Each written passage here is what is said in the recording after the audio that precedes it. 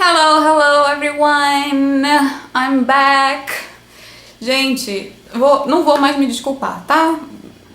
Desapareço, apareço, não tá dando, então quando der, deu, quando não der, não deu. Me desculpem, mas de agora em diante vai ser assim, ok? Ok, estamos conversados, muito obrigada. Vamos lá, gente, o vídeo de hoje, como vocês já devem estar vendo aqui no título, é sobre a prova de conteúdo, ok? Eu recebi comentários aqui no canal e um e-mail da Sarah Julian, whatever. Sarah, desculpa, não respondi seus comentários, não respondi seu e-mail, mas aqui estou fazendo um vídeo especialmente para você, para tentar me redimir dessa situação, ok? A Sarah perguntou duas coisas para minha pessoa que eu não sei se eu serei capaz de responder. Ela perguntou como eu me preparei para a prova de conteúdo do mestrado, como eu organizei os meus estudos e se eu tenho alguma dica de estudos para preparação para a prova. Ela perguntou com quanto tempo de antecedência eu escrevi o meu projeto de pesquisa. É um assunto, sim, que me traz um pouquinho de vergonha, mas vamos lá. Sarah, eu não sei se você assistiu o meu vídeo sobre a prova de proficiência do TOEFL e do IELTS. Vou deixar o cardzinho aqui em cima, caso você ou outras pessoas tenham curiosidade de assistir. Mas eu sou uma pessoa que tem muita dificuldade de estudar. Nunca tive o hábito de estudar, desde sempre. Nunca estudei. Eu nunca estudei, gente. E não foi diferente com a prova de conteúdo do mestrado. Eu não sei, eu não deveria falar essas coisas. Eu tenho certeza que eu não deveria falar essas coisas. Porque o que vocês vão pensar? Ou essa pessoa é super dotada, ou a prova é muito fácil, ou ela colou na prova. Ou todas as alternativas estão corretas. Não, brincadeira. Mas é verdade. Eu não tenho facilidade para estudar, então estudar para prova de conteúdo foi algo um pouco complicado para mim.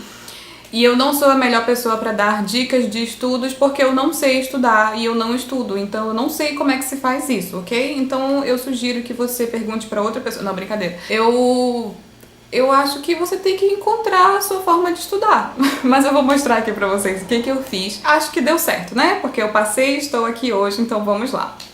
Quer dizer, deu certo pra mim, tá? Por favor, não leve isso como regra. Primeira coisa, eu não consegui toda a bibliografia da prova da USP, porque eles disponibilizaram a bibliografia aqui na reprografia, na Xerox, ou Xerox, como falam aqui em São Paulo, da USP, do prédio de letras, mas eu não tinha como vir aqui pegar. Então o que eu consegui achar na internet, eu agradeci a Deus e li, e o que eu não consegui achar, eu não li e torci para que eu pudesse responder só sobre os textos que eu tinha lido. Então eu achei a maioria dos textos na internet, só tiveram dois textos que eu não encontrei, que foi um sobre linguística de corpos, que é da Estela, uma professora daqui da USP, e o outro foi do Haroldo de Campos, que é um texto que fala da tradução como criação e como crítica. Mas eu comprei o livro, eu achei o livro, comprei o livro, tá bem ali na minha prateleira, comprei o livro e li, ok? O resto eu achei livros e textos em PDF na internet, então me ajudou muito. Com quanto tempo de antecedência eu estudei, ou como eu me programei para estudar?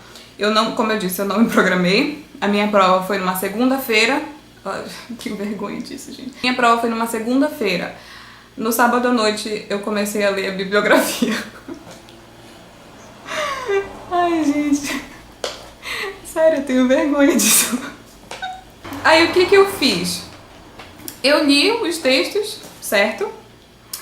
E aí eu fiz um resuminho, não eram textos muito longos. Eu não sei como é que tá a bibliografia hoje, mas não eram textos muito longos. Então eu fiz resuminhos, olha. O primeiro texto, eu fiz um resuminho aqui, separei os pontos mais importantes, que eu considerava mais relevante, que era J.C. Cadford Translation Shifts, o nome do texto. E aí eu usei até caneta rosa, gente, pra marcar o que eu achava que era importante. Eu geralmente não faço essas coisas, mas eu fiz. Esse é um resumo de um texto, tá? Desse tamanho. Na página de trás, eu fiz o resumo de outro texto, que era de James Holmes, The Name and Nature of Translation Studies. Outro resuminho com setinhas cor-de-rosa. É um resuminho mesmo, né? Isso daqui é um resumo de um texto, gente. Mas como eu disse, eu fiz o resumo das coisas que eu achava mais relevantes, né? Aí aqui tem um resumo de outro texto, que é The Position of Translated Literature Within the Literary Policy System. Dessa pessoa aqui. Esse resumo foi um pouquinho maior, um pouquinho maior, foi essa página, isso daqui. E aqui tem o resumo de outro texto, que foi o texto do Famir, Scopus and Commission in Translational Action. Muito bom esse texto, gosto muito dele. E esse texto aqui, vocês podem perceber que eu só escrevi o texto e eu não fiz o resumo. Eu só escrevi o título, aliás, e não fiz o resumo. E foi assim que eu estudei, no sábado e no domingo, e na segunda eu fui fazer a prova. Pode ser que funcione pra você fazer um resuminho, ler com antecedência. Eu sugiro que você leia com antecedência, porque agora eu vou contar a minha história da prova da Unesp. A prova da Unesp foi depois da prova da USP. Eu achei que eu poderia fazer a mesma coisa que eu fiz na USP com a prova da Unesp. Estava completamente enganada.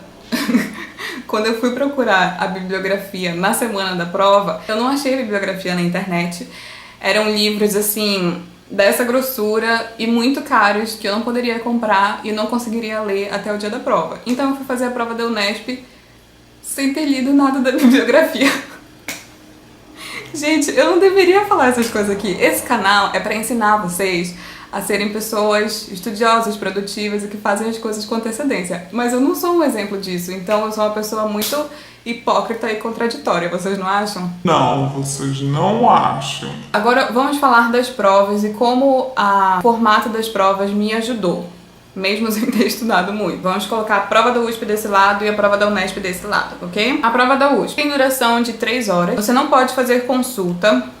E as questões fazem uma combinação de, no mínimo, 2 teorias que estão dentro da bibliografia. Na minha prova, eles deram 4 questões, cada questão tinha A e B, e dessas 4 questões eu tinha que escolher 2 questões para responder. Então eu li lá as questõezinhas e escolhi responder a questão 2 e 4, se não estou enganada. Exatamente, questão 2 e questão 4. Letra A da questão 2 aqui nessa página e letra B da questão 2 aqui nessa página. A letra A é o seguinte: faça um contraponto entre as perspectivas sobre a tradução no texto de Catford e no de Famir, explicando a noção de shifts de Catford e a de scopus de Famir. E a letra B ele cita uma parte do texto e a pergunta é: por que e em que aspecto, a partir disto, que o próprio Famir afirma em Scopus and Commission in Translational Action, seria possível sustentar que a sua proposta teórica não anula a pertinência da proposta de Catford,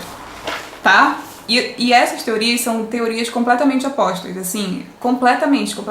E a questão 4, letra A aqui e letra B aqui, ok? A pergunta da letra A foi a seguinte: considerando o tipo de condicionantes focalizada em Mothers, Courageous, Cucumbers, aponte, que foi o texto que eu não fiz o resumo, aponte em qual das 3 subdivisões propostas por Holmes para os estudos descritivos estariam situadas essas descrições de Lefebvre e justifique explicitando qual é o foco sobre o objeto que caracteriza cada uma das 3 subdivisões dos estudos descritivos, segundo Holmes. Ou seja, o texto de Holmes tem 3 subdivisões e eu tinha que explicar em qual subdivisão o texto de outro autor se encaixava, entendeu?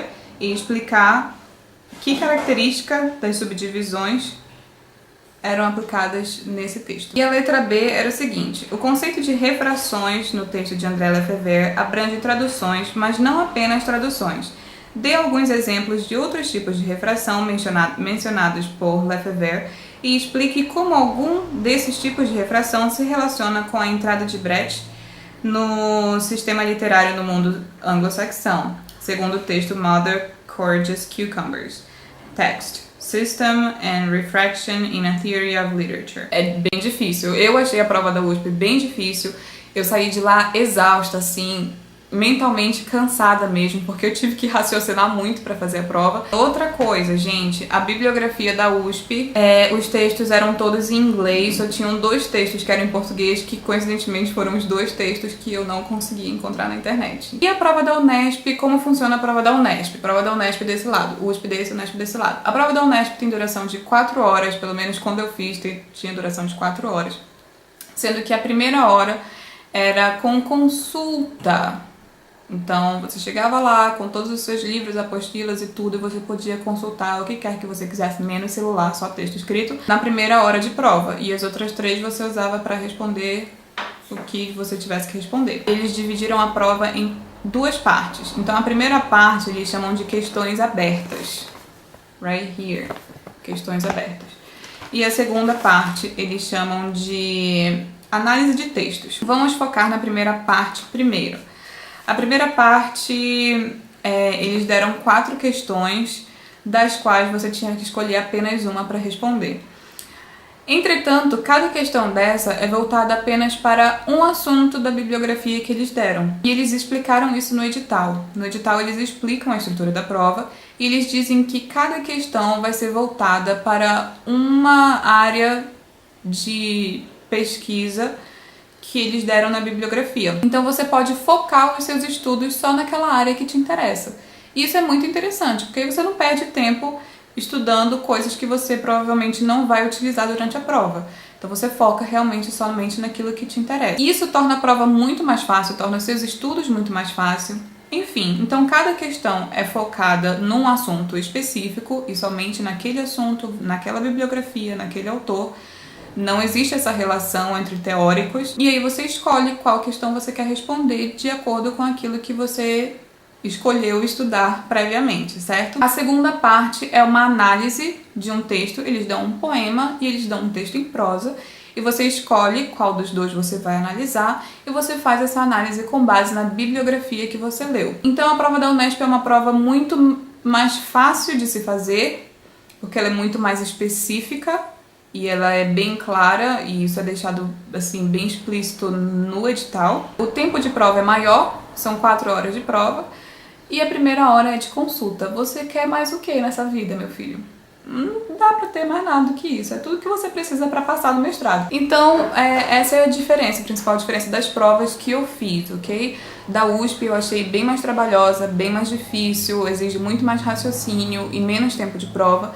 E da Unesp, mais tempo, com consulta, perguntas específicas, menos raciocínio. Tem consulta, cara! Tem consulta, você pode consultar o texto.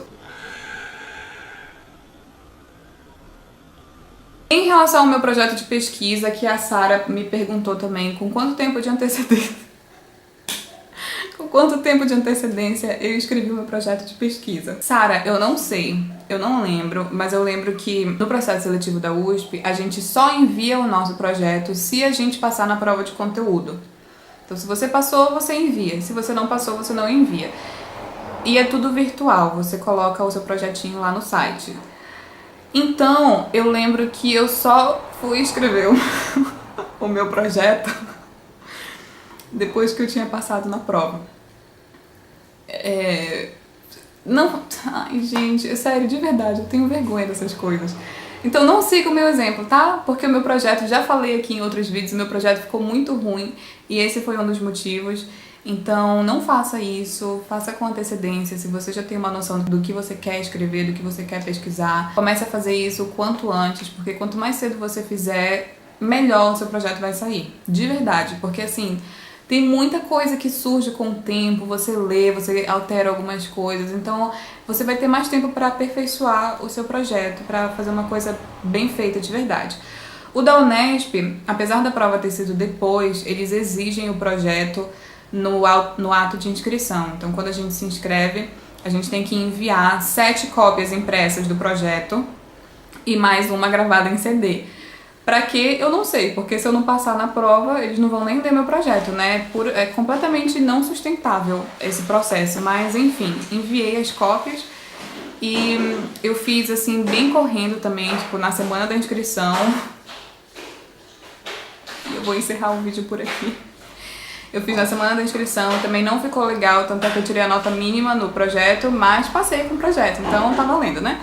Mas, enfim, faça com antecedência. Achei muito legal, Sara, que você já tá se programando. Eu vou começar a falar bem aqui, porque tá tendo muito barulho fora. E achei muito legal que você já tá se preparando e eu recomendo isso pra todo mundo. Se preparem com antecedência para o processo seletivo, ok? Vou encerrar o vídeo por aqui, porque vai começar a fazer muito barulho e vai estragar o vídeo. Um beijo, até a próxima e tchau!